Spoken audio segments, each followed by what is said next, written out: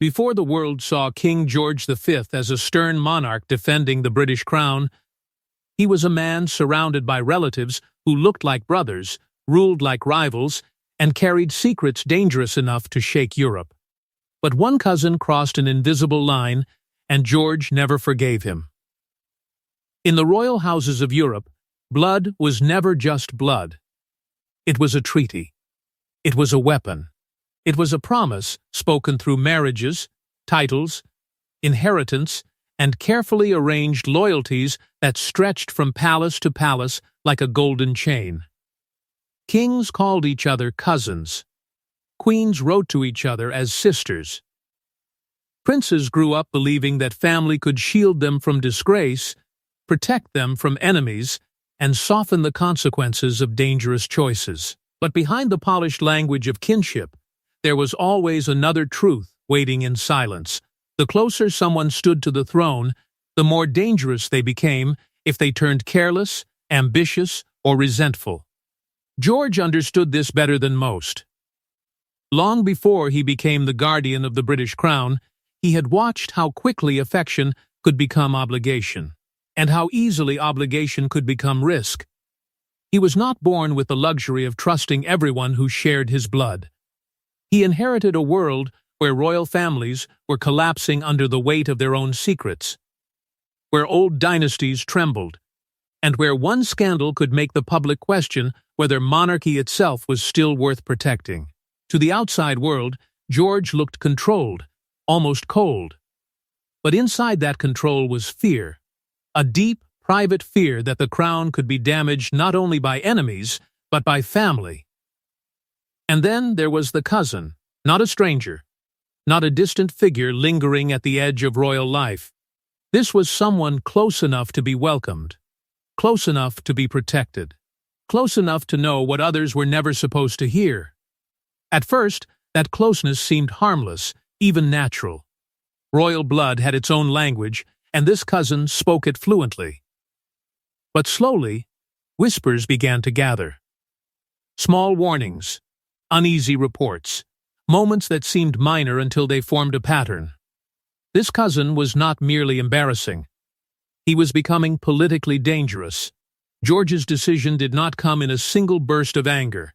It was built over years, shaped by suspicion, sharpened by betrayal, and darkened by the knowledge that mercy could be mistaken for weakness.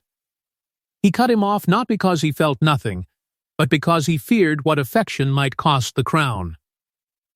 But to understand why a king would sever blood as if it were a scandal, we must go back to the royal childhood where loyalty was assumed, danger was ignored, and the cousin George, once trusted, first learned how close he could get to power. He was not an outsider clawing at the palace gates. He was family. He knew the names whispered behind closed doors, the rivalries hidden beneath royal smiles, and the weaknesses no courtier dared mention. That was what made him valuable, and what made him impossible to control. From childhood, the cousin had moved through the royal world as if it belonged to him by nature. He understood the quiet signals, the careful pauses, the hidden meanings behind polite conversation. He knew when to bow, when to flatter, when to remain silent, and when to press just hard enough to be noticed. In that world, blood did not merely open doors. It kept them open. A cousin of royal rank could make mistakes that would ruin an ordinary man, then return to dinner as though nothing had happened. That was the dangerous lesson he learned early. Family was not only affection. It was protection. George saw it differently. Even before the crown came within reach, he carried caution like armor. He was not dazzled by charm as easily as others. He watched people. He remembered careless words. He noticed debts hidden behind laughter, friendships that seemed too convenient, letters sent to the wrong hands, sympathies spoken with just enough softness to be denied later. And the cousin had all of it: charm, appetite, ambition, and a restless belief that royal blood made him untouchable. At first, the tension was easy to dismiss. A sharp remark here, a questionable companion there, a private favor requested too boldly. a political opinion repeated in the wrong drawing room. But senior courtiers began to notice a pattern forming around him. He did not merely enjoy access, he used it. He understood that closeness to George gave him weight, and closeness to the royal family gave him value. He could hint at influence even when none had been granted. He could turn a family connection into a currency. And because he belonged inside the circle, stopping him was never simple. That was what unsettled George most. An enemy could be named. A rival could be confronted. But a cousin was different. A cousin could smile at breakfast, ask after the family, speak tenderly of old memories, and still carry palace secrets into dangerous places. The cousin's greatest weapon was never a title, never an army, never a throne of his own. It was intimacy. He had heard too much, seen too much, understood too much. And as George moved closer to the throne, that intimacy no longer felt like family comfort. It began to feel like a loaded pistol left on the royal desk. Every royal rupture has a moment no one admits exists. A letter opened in silence, a name circled in red, a private message that turns blood into evidence. For King George V, that moment allegedly arrived not in public disgrace, but in a quiet room where one document rewrote a family bond. By then, George's unease had already hardened into watchfulness. The cousin's charm no longer distracted him. His excuses no longer sounded harmless. Around the palace, certain names had begun to appear too often. Certain conversations had traveled too far. And certain private remarks had returned to George from places they never should have reached. It was one thing to suspect betrayal in the air. It was another to hold it in his hands. The letter changed the temperature of everything.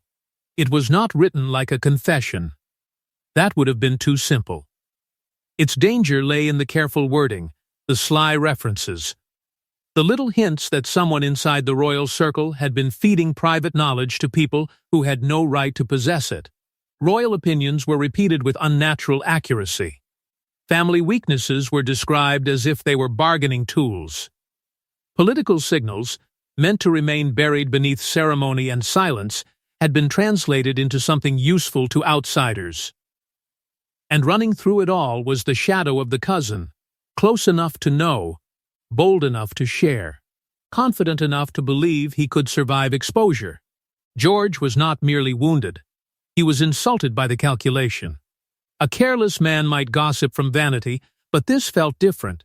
This felt measured.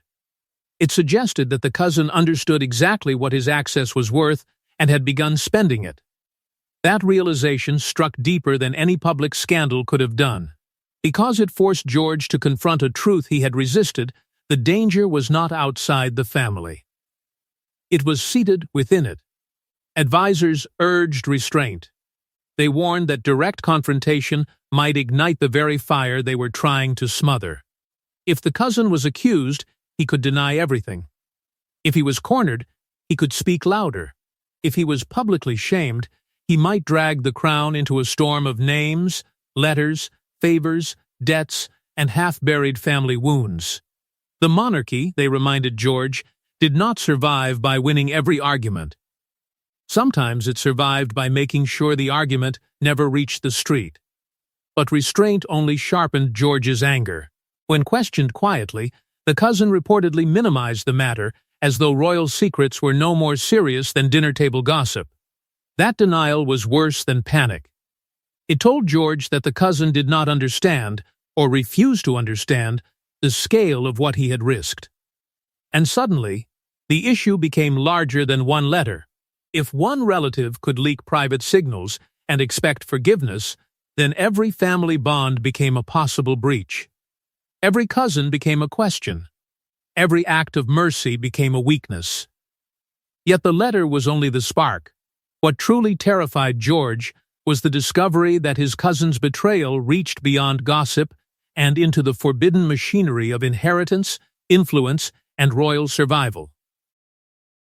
The scandal was not simply what the cousin said. It was what he wanted in return. Beneath the surface of royal dinners and polished ceremonies, a forbidden bargain had allegedly formed, one involving influence, money, silence, and a claim that could embarrass the crown at the worst possible moment. Once the letter exposed the trail, George began to see the pattern with terrifying clarity. The cousin had not been speaking carelessly into the air. He had been building pressure.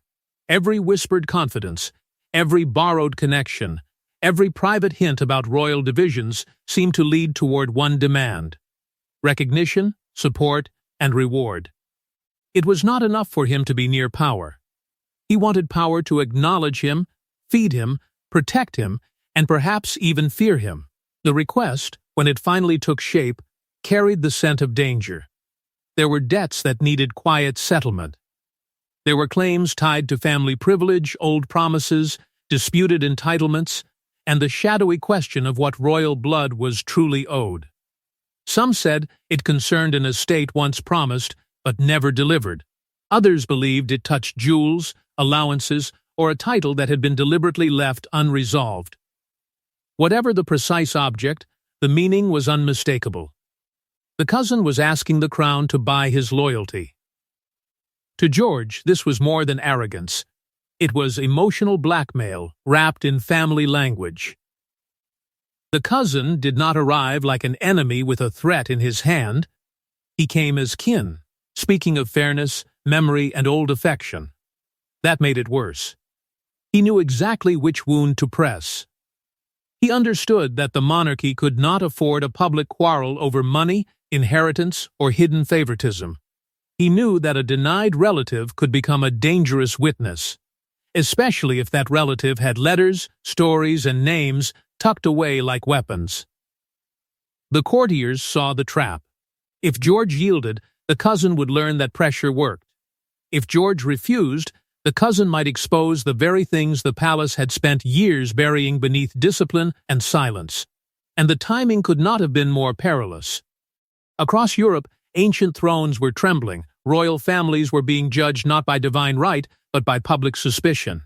The British monarchy had to appear calm, restrained, loyal, and clean.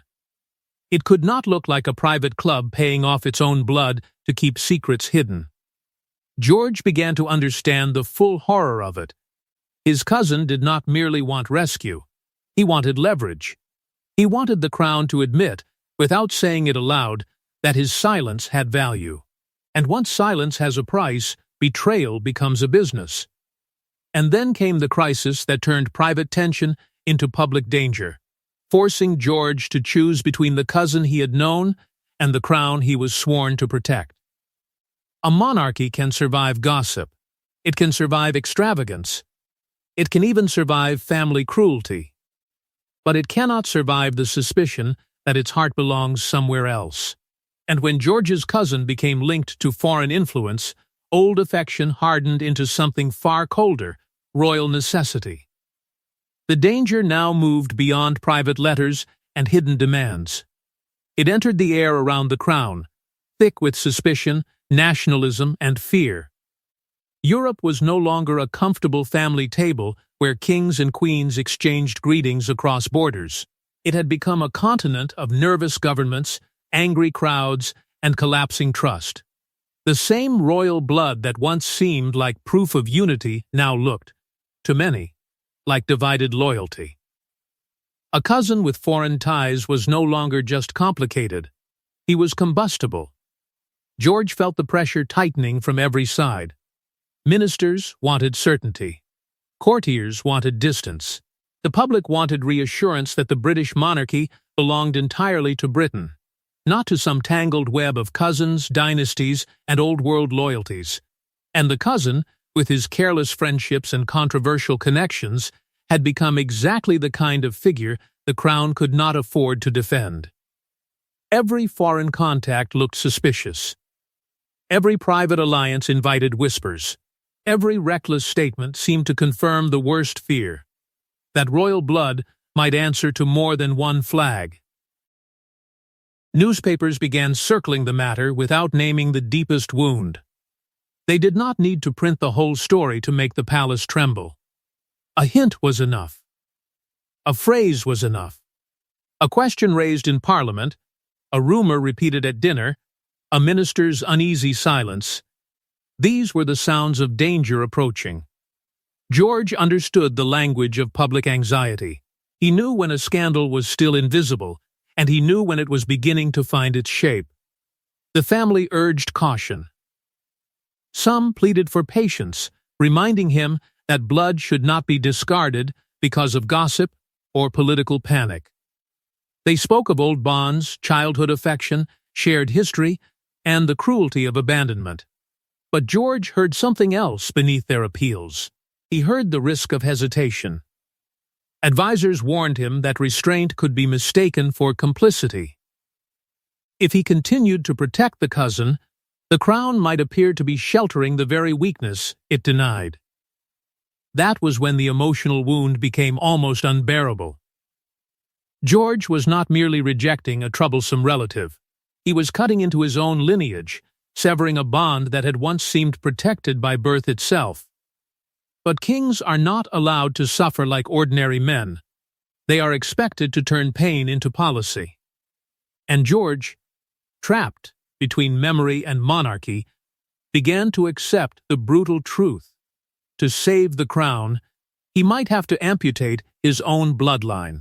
But George's most brutal decision was still ahead, because cutting someone off in private was one thing, erasing them from royal protection was something far more devastating. There was no public trial, no dramatic announcement, no royal confession. That was the genius of it, and the cruelty. George did not destroy his cousin with thunder. He used silence. Invitations vanished. Letters went unanswered. Doors closed. And slowly, the cousin realized he had been erased. The punishment began so quietly that, at first, it could be mistaken for delay. A request for an audience received no firm answer. A letter that once would have been acknowledged within days disappeared into stillness. A name that had been placed naturally on guest lists began to vanish from them. No one said the cousin was banished. No one needed to. In royal life, exclusion did not always arrive with a command. Sometimes it arrived as an empty chair, an unopened envelope, a servant instructed to say the king was unavailable. Then the machinery tightened. Introductions were withdrawn. Privileges that had once seemed automatic were suddenly uncertain. Friends inside the palace became cautious. Relatives who might have spoken warmly now measured every sentence, afraid that kindness would be read as disobedience. The cousin discovered that royal favor was not a feeling, it was a system. And once George removed his protection, that system turned cold with terrifying speed. The courtiers understood before the public did. They saw the signs. The king's door was closed. The cousin's calls were not returned. His appeals were redirected, delayed, softened, and buried.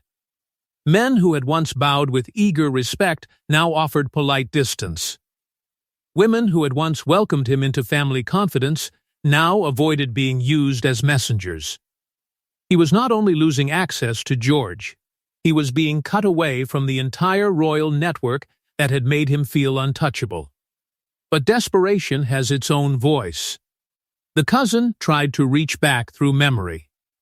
He invoked childhood loyalties, old promises, family affection, and the sacred language of blood. When tenderness failed, pressure followed. Mutual relatives were approached. Hints were dropped. There were suggestions that silence could not be guaranteed forever, that certain letters still existed, that certain stories had not yet been told. It was a dangerous game, but the cousin had little left to lose. George refused to be drawn in. A meeting, he feared, would become a weapon. A private word could be twisted. A gesture of mercy could be sold as weakness. So he gave the cousin nothing. Not anger, not explanation, not even the dignity of open confrontation. And that was what made the exile devastating. There was no official accusation to deny, no public punishment to challenge, no royal statement to dissect. Only absence. Only distance. only the unbearable message that the crown had chosen to forget him while he was still alive. Yet exile did not bring peace, because the cousin still possessed the one thing George could not confiscate, the secrets of what the royal family had once allowed him to see. A banished royal relative does not leave empty-handed. He leaves with memories. He leaves with names, letters, favors, debts, and private wounds. And George knew that the cousin he had cast into silence might one day decide that silence was worth less than revenge. That was the danger no palace order could fully erase. The cousin had been pushed beyond the warm circle of royal protection, but he had not been stripped of knowledge. He remembered the arguments that had been softened in public. He knew which relatives resented one another, which promises had been made in private, which debts had been hidden beneath dignity, and which family wounds had never healed. He had heard conversations about money, inheritance, loyalty, and fear. He had seen how the crown arranged silence, how it disguised panic as procedure, and how it turned embarrassment into disappearance. To George, every memory the cousin carried became a possible weapon. A private dispute over jewels could be made to look like greed. A disagreement over property could become proof of hypocrisy. An old allowance, a favor granted too quietly, a letter written too honestly, any of it could be twisted into scandal if placed before a hungry public. And the cousin, now wounded by rejection, had reason to sharpen every truth until it cut. Inside the palace, officials worried over the possibilities. What if he wrote memoirs? What if he leaked correspondence? What if he found sympathy among those already eager to weaken the crown? Even silence became suspicious, because silence from a bitter man is never empty. It waits. It gathers strength. It chooses its moment. George's decision had protected the monarchy from immediate danger, but it had also created a new one. Humiliation can be more explosive than guilt. The cousin had once believed blood guaranteed rescue, now he understood it could also deliver abandonment. That realization changed him. Affection turned sour. Pride hardened. Old memories became accusations. The family he had expected to defend him had instead taught him that royal love had conditions. And other royals noticed. They watched the distance grow around the cousin and understood the warning without needing it spoken aloud. If George could do this to one of his own, then no blood tie was absolute. No childhood bond was safe. No private closeness could survive if the crown judged it dangerous. Fear began to replace ease. Conversations became guarded. Trust became measured. The monarchy had survived another threat, but the cost was intimacy itself. And that precedent would become the true shock of the story. Because the cousin was not merely removed, he became a warning carved into the private laws of the House of Windsor. When the House of Windsor learned to survive, it did not survive by being sentimental. It survived by renaming itself, reshaping itself, and sacrificing anyone who made the crown look vulnerable. George's cousin became proof of the monarchy's darkest rule: family is sacred only until it becomes dangerous. By the time the cousin had been pushed into silence, the monarchy had already begun changing shape around the wound he left behind. What had once been a sprawling royal family, tied openly to foreign courts and ancient bloodlines, was becoming something harder, narrower, and more guarded. The crown could no longer rely on mystery alone. It had to manage perception. It had to look British, disciplined, restrained, and untouchable. And George understood that survival now depended not simply on ruling, but on being seen to belong completely to the nation. That was why the cousin's removal mattered far beyond one broken relationship. It became part of a new royal doctrine. Quiet but ruthless, public trust mattered more than private affection. The family could grieve in secret, argue in whispers, and remember old loyalties behind closed doors, but the institution would always come first. If a relative threatened that trust, even through carelessness, ambition, or foreign association, The crown would not bend around him. It would cut him away. For those still inside the circle, the lesson was impossible to ignore. Love had limits. Blood had conditions. Access could be revoked. The palace began to feel less like a family home and more like a guarded machine, polished on the outside, controlled within. Conversations grew colder. Letters were written with more caution. Favors were weighed against consequences. Even affection became disciplined, because everyone had seen what happened when closeness turned dangerous. And yet George was not untouched by what he had done. The tragedy of kingship was that he could not publicly mourn the cousin he had privately erased. He had to carry the burden without confession. He had protected the crown, yes, but by betraying something older than monarchy itself, the belief that family would remain family when the world turned hostile. That contradiction followed him. It made him stronger as a sovereign, but lonelier as a man. In the years that followed, the pattern would echo again and again through royal life. Distance, silence, controlled narratives. The quiet exile of those who became inconvenient. The cousin's name almost ceased to matter, because his fate had become larger than identity. He was no longer simply a man George rejected. He was the warning hidden inside Windsor itself. The crown survives by remembering every threat and forgetting every wound.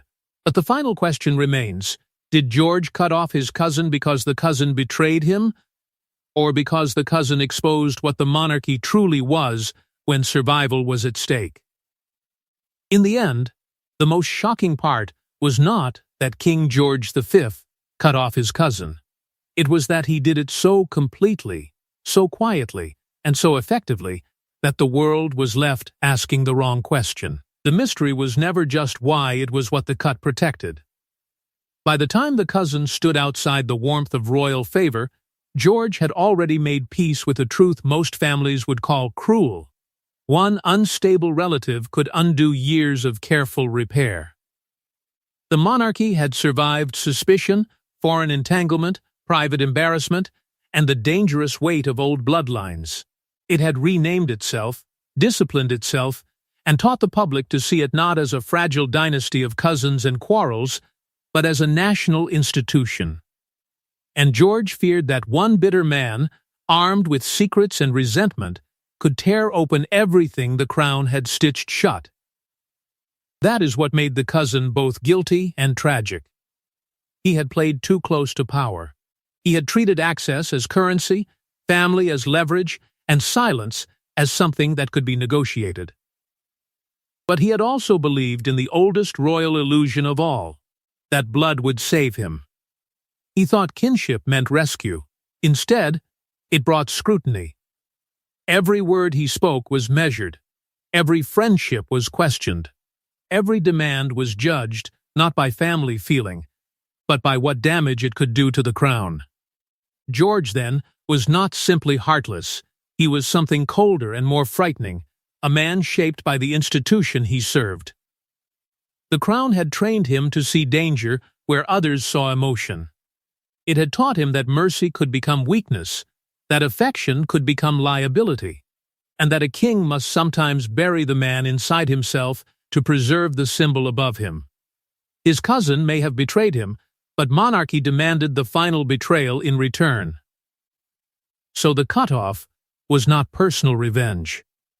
It was sacrifice, a ruthless offering placed before the altar of survival. The cousin became a ghost at the edge of the royal story, close enough to know the truth, far enough to be denied, carrying memories no one wanted spoken aloud. And the palace did what it had always done best. It erased the pain without confessing the wound. That was the real strength of the monarchy.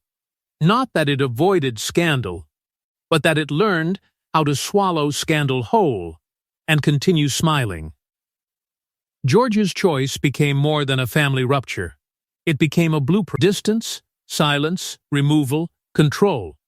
When blood threatened the crown, blood lost. And that is why the question still lingers over the House of Windsor when a king cuts off his own cousin. Is he defending the monarchy from betrayal, or revealing that the monarchy's first victim is always its own family?